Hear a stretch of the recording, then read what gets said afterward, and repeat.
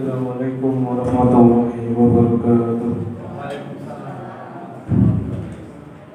Alhamdulillahirabbil alamin.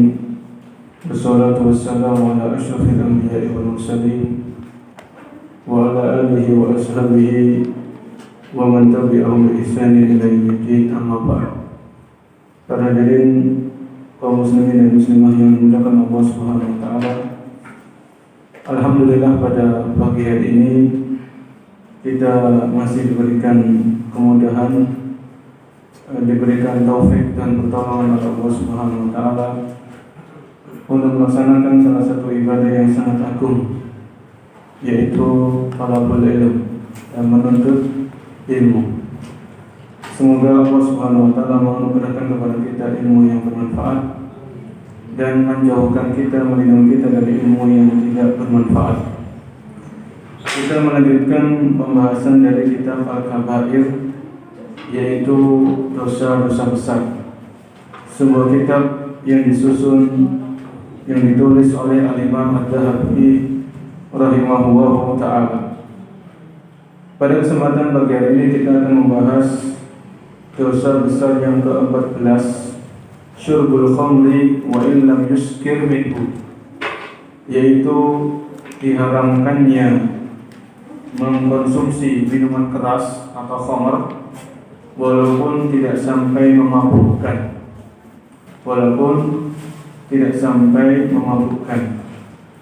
Ini diantara dosa-dosa besar yang wajib dijauhi dan dihindari oleh setiap muslim dan muslimah adalah mengkonsumsi minuman keras atau khamr walaupun tidak sampai memabukkan. Ini termasuk dosa besar. Di sini Imam Adz-Dzahabi membawakan beberapa ayat dan hadis-hadis Nabi alaihi wasallam. Beliau membawakan firman Allah Subhanahu wa taala, "Yas'alunaka 'anil khamri wal maisir." Mereka bertanya kepadamu tentang khamr, yaitu minuman keras, dan judi. Qul fihima ismun kabirun.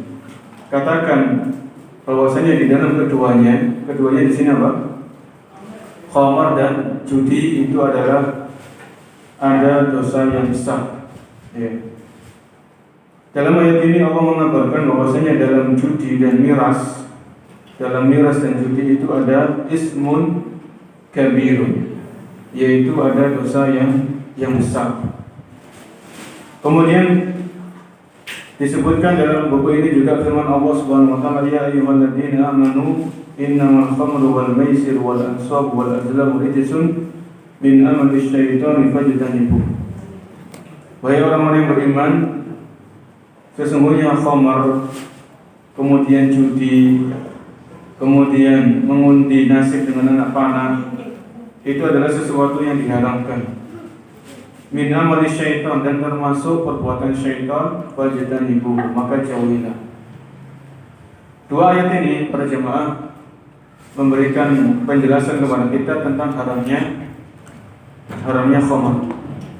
Dan perlu diketahui bahwasanya Allah Subhanahu wa taala mengharamkan khamr ini tidak sekaligus. Tidak sekaligus. Karena waktu itu khamr ini adalah minuman kegemaran bangsa Arab. Jadi orang-orang waktu itu kalau ada kumpul, ada rapat, duduk-duduk bareng itu, mereka di situ pasti ada khamr, pasti ada minuman keras yang dihidangkan. Ya. Maka Allah Subhanahu wa taala zat yang maha bijaksana, Allah tidak langsung mengharamkan serta-merta ini khamr. Ya. Tidak langsung mengharamkan khamr, tapi di situ ada tahapan-tahapannya. Tahapan yang pertama Allah sebutkan dalam surat An-Nahl ayat 67.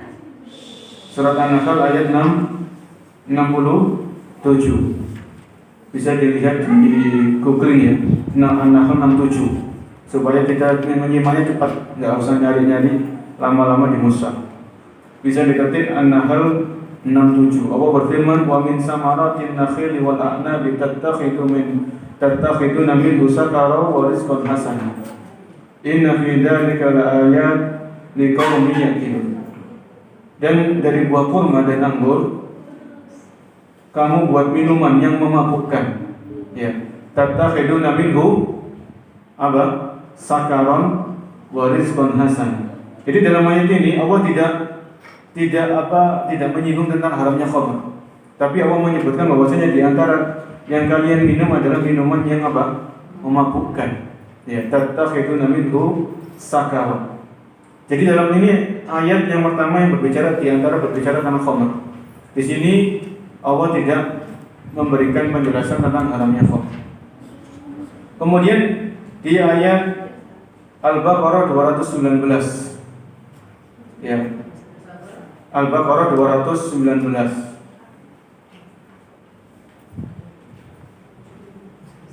Allah berfirman, yas'alunaka 'anil khamri wal maisir qul fihima ismun kabirun wa manafi'u linnas wa ismuhuma akbaru min naf'ihima. Al-Baqarah 219, yas'alunaka 'anil khamri wal maisir. Mereka manusia bertanya kepadamu tentang hukum khamr dan judi. Qul fihima ismun kabirun. Katakanlah di dalam keduanya itu ada dosa yang besar wa manafi'u linnas, dan ada manfaatnya. Jadi dalam ayat ini Allah belum langsung mengharamkan. Allah hanya menjelaskan qul fihima ismun kabir, ada dosa yang besar dan ada manfaatnya bagi manusia. Wa ismuhuma akbaru min nafihima, tapi dosanya lebih besar daripada manfaatnya. Di sini manusia itu mikir. Jadi khamr itu ada manfaatnya tapi dosanya lebih besar. Ya, disuruh mikir di sini. Ini tahapan yang kedua. Tahapan yang ketiga di surat An-Nisa ayat 43. An-Nisa 43. Allah berfirman, ya ayyuhalladzina amanu la taqrabus sholata wa antum sukara hatta ta'lamu ma taqulun. Wahai orang yang beriman, janganlah kalian mendekati salat sedangkan kalian dalam keadaan mabuk sampai kalian paham apa yang kalian ucapkan. Maka ketika turun ayat ini, para sahabat itu mereka masih menjauhi khamr ketika mau waktu sholat. Mau waktu sholat subuh mereka nggak berani minum khamr. Setelah sholat subuh masih minum. Kemudian mau sholat duhur mereka meninggalkan khamr. Habis sholat duhur minum lagi.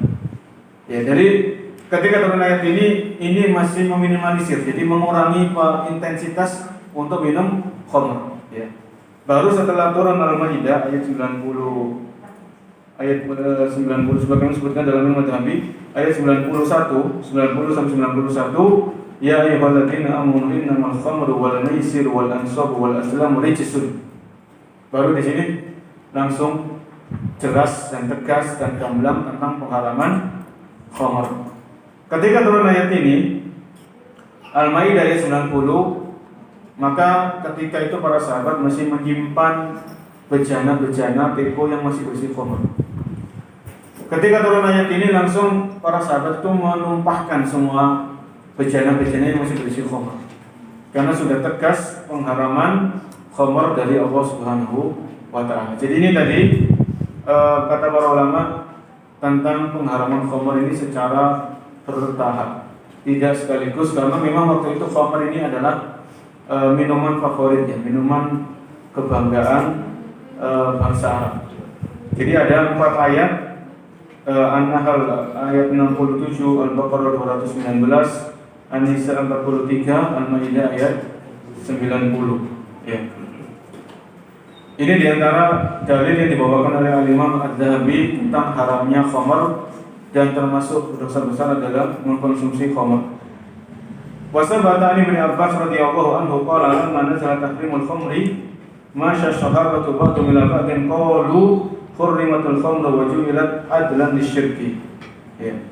Dari Ibnu Abbas radhiyallahu anhu, ketika turun pengharaman khamr, maka para sahabat saling menyampaikan, ya, wa qalu hurrimatul khamr, khamr telah diharamkan. Jadi semuanya saling mengabarkan kepada yang lainnya supaya tidak ada lagi yang mengkonsumsi minuman haram ini. Ya. Wa ju'ilat adlan lisyirki. Dan khamr ini dosanya itu hampir disandingkan dengan perbuatan syirik. Ya. Ini kata Abdullah bin Abbas. Wa dhahaba Abdullah ibn Umar radhiyallahu anhu ila anna al-khamra akbarul kaba'ir. Abdullah bin Umar, yaitu putranya Umar bin Khattab, itu mengatakan bahwasanya khamar ini, meminum khamar adalah termasuk dosa besar yang paling besar. Ya. Jadi dosa besar itu bertingkat-tingkat. Dosa besar yang paling besar di antaranya adalah syirik, kemudian membunuh, kemudian durhaka sama orang tua, lari dari medan perang, dari medan jihad, ya. Dan di antaranya adalah meminum minuman keras, sebagaimana pendapat dari Abdullah bin Umar. Wahya bila raibin umul khaba'is. Ya. Dan khamar ini adalah induk dari keburukan. Umul dikatakan oleh Imam Wadhabi umul khaba'is, induknya dari segala macam keburukan ini adalah meminum minuman keras. Ya. Bapak dulu ina syaribwa, karena kalau orang itu sudah minum minuman keras, hilang akal sehatnya hilang, akal warasnya itu hilang. Akhirnya ucapannya nggak terkontrol, perbuatannya tidak terkontrol. Bisa jadi orang ketika mabuk dia membunuh orang lain, ya, membunuh jiwa yang diharamkan untuk dibunuh. Bisa jadi ketika dia mabuk, naudzubillah, dia berzina, ya. Bisa jadi dia mabuk, dia pukul istrinya, menyakiti istrinya. Ya, seorang suami pulang malam-malam dalam keadaan mabuk, kemudian istrinya dimarah-marahin, disakiti dan sebagainya. Itu terjadi karena khamar tadi. Oleh karena itu Imam Dhahabi umul khaba'is, pokok dan induk dari segala macam keburukan ini adalah khamar. Ya, adalah khamar. Wa qad lu'ina syaribuha fi ghairi ma hadis. Dan khamar ini yang berkaitan dengan khamar ini semuanya dilaknat. Disebutkan dalam hadis Abdullah bin Umar, lu'inatul khamru ala asyrati awjuh. Ya. Khamar ini dilaknat dari 10 segi, 10 sisi. Yang pertama adalah bi'ainiha, khamar itu dilaknat dari khamar itu sendiri. Zatnya itu dilaknat. Wa asiruha, dan orang yang memproduksinya. Ya, ini yang kedua. Wa mu'tasiruha, dan orang yang minta diproduksikan khamar. Ya, jadi ada produsen, ada konsumennya. Ini yang ketiga. Wa bai'uha, orang yang menjualnya, distributor, agen, reseller, misalnya, ya, lalu ada. Jadi yang keempat, wa bai'uha, orang yang menjual khamar ini dilaknat, walaupun dia nggak minum. Menjual tok dilaknat sama Allah SWT. Wa mubta'ah, dan pengecer, penada, ini juga dilaknat, ya. Wa hamiluha, yang berikutnya adalah orang yang membawakan. Jadi misalnya naudzubillah, ada seorang muslim atau muslimah bekerja di bar, membawakan tau, walaupun orang ini tidak ikut minum, membawakan tau, menyuguhkan, dilaknat. Ya. Wal mahmulatu ilaihi, kemudian orang yang disuguhkan kepadanya khamar, walaupun dia tidak minum. Misalkan dia duduk di satu meja, ada 4 orang, 3 orang minum, 1 orang cuma lihat toknya, tapi di meja itu ada hidangan khamar, itu dilaknat. Ya. Wa akilu samaniya, dan orang yang memakan harta dari hasil penjualan khamar. Ya. Wa syaribuha, dan orang yang minum. Wa saqiha, dan orang yang menuangkan khamar ke gelasnya. Wah, ini luar biasa. Jadi mulai dari hulu ke hilu semuanya dilaknat yang berkaitan dengan khamar. Ya. Mulai dari zatnya khamar itu dilaknat, orang yang memproduksi, ya, orang yang dimintakan produksi khamar, ya, orang yang memesan, penjualnya, pengecernya, pengedarnya, yang membawakannya, kemudian yang dihidangkan di situ khamar walaupun dia nggak minum tapi temannya minum, dan orang yang memakan harta dari penjualan khamar, yang meminum dan yang menuangkan ke gelas minuman temannya. Ini semuanya dilaknat oleh Allah SWT, dimurkai oleh Allah SWT. Ini kaki saking beratnya dosa khamar ini. Ya. Kemudian berjamaah Al-Imam Ad-Dhahabi membawakan hadis. Wa qala sallallahu alaihi wasallam, man syaribal khamra fajliduhu. Barang siapa yang menenggak, yang merengguk minuman keras, maka fajliduhu, cambuklah dia, suruh cambuk. Ya. Fa in ada fajliduhu, kalau dia ulangi lagi, cambuk lagi. Ya, suruh cambuk. Rasulullah SAW menyuruh menyambuk, memerintahkan menyambuk orang-orang yang minum khamr. Fa in syaribaha fajliduhu. Kalau dia masih minum lagi, kecanduan lagi, mengulangi lagi, maka hukum cambuk dia. Fa in syaribaha rabi'a faqtuluhu. Kalau dia minum keempat kalinya, maka bunuhlah dia. Di sini adalah untuk menimbulkan efek jerah dalam kehidupan masyarakat. Orang itu kalau mabuk, ya kebukti dia mabuk minum minuman keras, maka hukumnya dicambuk, ya dipecuti. Orang itu akan mikir, takut kalau ketahuan, ya takut kalau minuman keras dicambuk kan loro kabeh awake. Dan ini yang mencambuk adalah pemerintah kaum muslimin, bukan ormas-ormas, bukan individu, bukan partai-partai, tapi pemerintah kaum muslimin. Ya. Jadi ini mengingatkan kita pada pembahasan bulan lalu bahwasanya tugas pemerintah itu berat. Tugas pemimpin itu berat. Kalau dia memimpin, di bawahnya itu masih ada khamar tersebar, itu diminta tanggung jawab sama Allah Subhanahu wa taala. Atau diminta bertanggung jawab. Wah, ini berat semua. Ya, karena Nabi SAW beliau menjelaskan man syaribal khamra fajliduhu. Barang siapa yang minum minuman keras maka cambuklah orang ini, hukuman cambuk. Ya. Ini sekali lagi untuk menimbulkan efek takut dan jerah bagi orang-orang yang akan hendak meminum minuman keras. Ya. Ini hadis yang sahih kata Imam Ad-Dhahabi. Hadis yang berikutnya, waqala Amr bin Haris, hadatsani Amr bin Syu'aib an abihi an Abdullah bin Amr an Rasulullah sallallahu alaihi wasallam. Man taraka sholata sakaron sukran marratan wahidatan fa kana ma kanat lahu dunya wa ma 'alaiha fasulibah. Barang siapa yang meninggalkan sholat satu kali karena mabuk, nah, orang mabuk kan hilang akalnya, akhirnya nggak sholat. Sudah masuk waktu sholat, karena masih mabuk, nggak sadar, akhirnya meninggalkan sholat. Maka ini apa hukumannya? Seolah-olah dia punya harta, punya dunia seisinya, kemudian diambil semuanya itu sama pihak lain. Wa man taraka sholata arba'a marratin sukran kana haqqan 'ala Allahi an yasqiyahu min tinil khabar. Barang siapa yang meninggalkan sholat 4 kali karena mabuk, jadi ada orang mabuk, ya mabuk hari pertama meninggalkan sholat subuh, kemudian sadar, zuhur, asar, maghrib, isya, sholat. Di hari kedua mabuk lagi, meninggalkan satu sholat di antara 5 sholat waktu, 5 di antara sholat mabuk. Hari yang ketiga mabuk lagi, hari yang keempat mabuk lagi, sampai 4 kali sholat ditinggalkan, maka orang ini di hari kiamat akan diberikan balasan, yaitu perasan dari penghuni neraka jahanam. Ya, keringatnya penghuni neraka, nanahnya, darahnya, luar biasa. Naudzubillah. Keringatnya penghuni dunia aja nggak enak ya. Nah, apalagi penghuni neraka. Bagaimana keringatnya mereka itu diminumkan kepada orang-orang yang pecandu atau pernah meminum minuman keras. Nah, kemudian dia nggak taubat kepada Allah Subhanahu wa taala. Kemudian dari Jabir an Nabi sallallahu alaihi wasallam, inna Allahi ahdan liman yashrabul muskira an yaskiyahu min tinil khabar.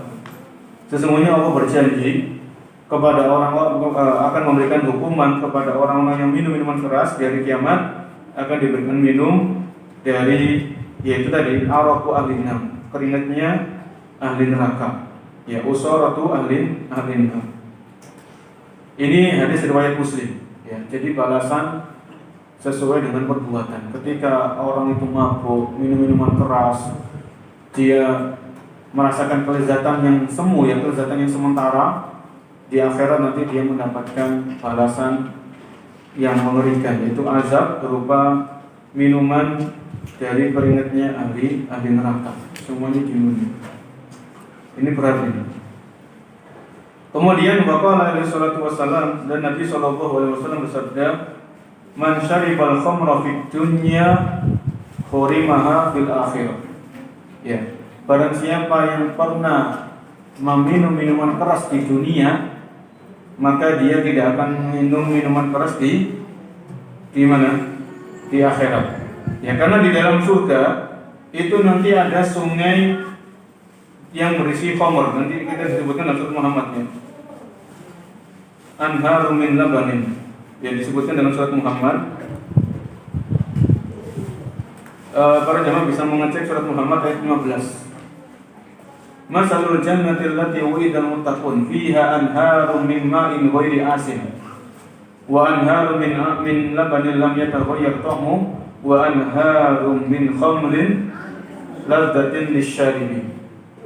Jadi di surga itu nanti ada sungai dari khamar yang itu menimbulkan kelezatan, ladzatun lisyaribin, bagi orang-orang yang meminumnya.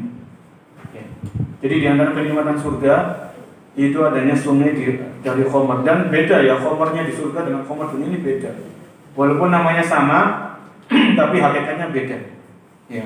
Namanya sama tapi hakikatnya berbeda. Khamar di surga tidak memabukkan, tidak menghilangkan akal sehat, akal waras. Beda dengan khamar yang ada di dunia. Maka kalau orang itu seorang muslim na'udzubillah, dia minum khamar di dunia, maka di akhirat dia akan dihalangi untuk meminum khamar di surga. Ya. Para ulama di sini ada beberapa penjelasan. Ya, maksudnya seandainya orang ini misalnya dia pernah minum khamar, kemudian taubatan nasuha. Kemudian orang ini karena kebaikannya itu lebih berat daripada keburukannya, orang ini masuk surga. Orang ini masuk surga, tapi karena dia di dunia pernah minum minuman keras, nanti orang ini masuk surga, tapi orang ini nggak punya syahwat untuk minum khamar di surga. Ya. Allah hilangkan syahwat dalam diri orang ini untuk minum khamar yang ada di surga. Kenapa? Karena di dunia sudah pernah merasakannya. Ya. Jadi ini balasan sesuai dengan perbuatan. Ini diantara tafsiran para ulama. Seandainya orang ini pernah minum khamar di dunia, kemudian taubatan nasuha, kemudian orang ini masuk surga karena amal kebaikannya itu lebih dominan, maka orang ini masuk surga itu pun syahwatnya terhadap khamar itu sudah dihilangkan. Jadi dia hanya menikmati sesuatu yang di surga selain khamar, kenikmatan surga selain khamar. Kemudian dari Nabi SAW beliau bersabda, mudminul khamri idza mata laqiyallaha ka'abidi wasani. Orang yang kecanduan minuman keras, ya, kemudian orang ini nggak taubat, dia tetap dalam dosanya, maka ketika orang ini mati, dia menghadap Allah SWT seperti orang yang menyembah kepada berhala. Ya, menyembah kepada berhala. Karena terkadang orang-orang tertentu pada jemaah, kalau dia sudah kecanduan maksiat, ya, kecanduan khamar, itu kan hatinya sudah terikat sama khamar ini, sudah kecanduan, hatinya nggak bisa lepas. Ya, seolah-olah orang ini menyembah kepada khamar tadi, karena sudah kecanduan. Maka ini dalam buku ini Al-Imam Ad-Dhahabi membawakan hadis riwayat Ahmad bahwasanya orang-orang yang meminum minuman khamar, minuman keras, kemudian kecanduan, maka dia akan bertemu dengan Allah SWT di kiamat. Dosanya orang ini seperti dosanya orang yang diumpamakan seperti orang yang menyembah kepada patung dan berhala. Jadi dosanya besar, seperti dosa syirik. Ya. Ini tadi berkaitan dengan ayat-ayat yang dibawakan oleh Imam Ad-Dhahabi dan hadis-hadis yang berkaitan dengan khamar. Ya. Dan di antara tanda-tanda akhir zaman disebutkan oleh Nabi SAW dalam hadis beliau, yaitu hadis yang berbunyi, la yakunanna min ummati aqwamun, akan datang dari umatku sekelompok kaum yastakhilluna al-khira wal harira wal khamra wal ma'azif. Ya, ada sekelompok umatku nanti yang akan menghalalkan sutra, menghalalkan khamr dan menghalalkan alat musik. Ya, ini hadis yang sahih diriwayatkan oleh para ulama hadis, ya. Dan Syekh bin Baz mengatakan di sini ada hadis yang sahih. Jadi ada sekelompok umatku, kata Nabi, yang mereka akan menghalalkan khamr. Dicari-cari cara, mencari celahnya supaya bagaimana khamr itu halal. Ya. Menghalalkan yang haram ini bahaya. Ya. Ada yang kemudian akan ada yang menghalalkan sutra, ada yang akan menghalalkan alat-alat musik. Ini sudah muncul di zaman kita saat ini. Ya, sudah muncul di zaman kita saat ini. Bahkan sebagian orang itu berbangga-bangga dengan khamr ini. Ya, pernah pergi ke negeri kafe, minum minuman keras, kemudian botolnya itu dikoleksikan itu ya. Botolnya pun mahal katanya, dikoleksi di ruang tamu. Itu ada sebagian, nggak tahu mungkin muslim atau tidak ya. Kalau muslim yang bahaya, kalau kafir, kalau non muslim ya silakan, karena memang dalam agama mereka tidak diharamkan khamr. Tapi dalam Islam ada orang Islam, ya, walaupun dia nggak minum, tapi dikasih botol-botolnya yang mahal, kemudian jadikan bacaan, jangan, ini kan kemaksiatan kok dipajang. ya botol-botolnya, botol wine apa dan sebagainya ini bahaya. Memajang botol-botol tersebut walaupun kita nggak ikut minum, nggak ikut beli, nggak ikut campur, cuma dikasih karena botolnya kok bagus, nanti dijadikan pajangan. Jangan ya. Ini jangan seperti itu. Ini tadi berkaitan dengan khamar.